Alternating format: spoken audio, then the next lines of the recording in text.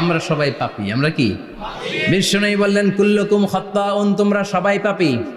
ওয়া খায়রুল খাত্তাইন আত-তাওয়াবুন, আর এই পাপীদের মধ্যে সবচাইতে ভালো পাপী ওই পাপী যেই পাপী পাপ করার পরে তওবা করে কার কাছে? এজন্য আল্লাহ বললেন ইয়া আইয়ুহাল্লাযীনা আমানু তুবু ইলাল্লাহি তাওবাতান নাসুহা, তওবার মতো তওবা করো, কান্নার মতো কান্না করো। চোখের পানি এটা একটা খুব পাওয়ারফুল একটা জিনিস, এটা আপনার পাপকে ধুয়ে মুছে সাফ করে দেয়, আপনাকে নিষ্পাপ বানিয়ে দেয়, ঠিক কি না? তো এই বিশাল পাপের বোঝা নিয়ে, পাহাড় পরিমাণ গুনাহ নিয়ে কিয়ামতের দিন যদি আল্লাহর কাছে আপনি হাজির হয়ে যান, ওই পাপের মধ্যে যদি শিরকের পাপ না থাকে, মানে কোনো মাজারে যে সেজদা দেন নাই, বাবার কাছে যান নাই, কোনো মাজারে মানত করেন নাই, মাজারে লাল শালু দেন নাই, মোমবাতি দেন নাই, আগরবাতি দেন নাই, মাজারে মুরগি মানত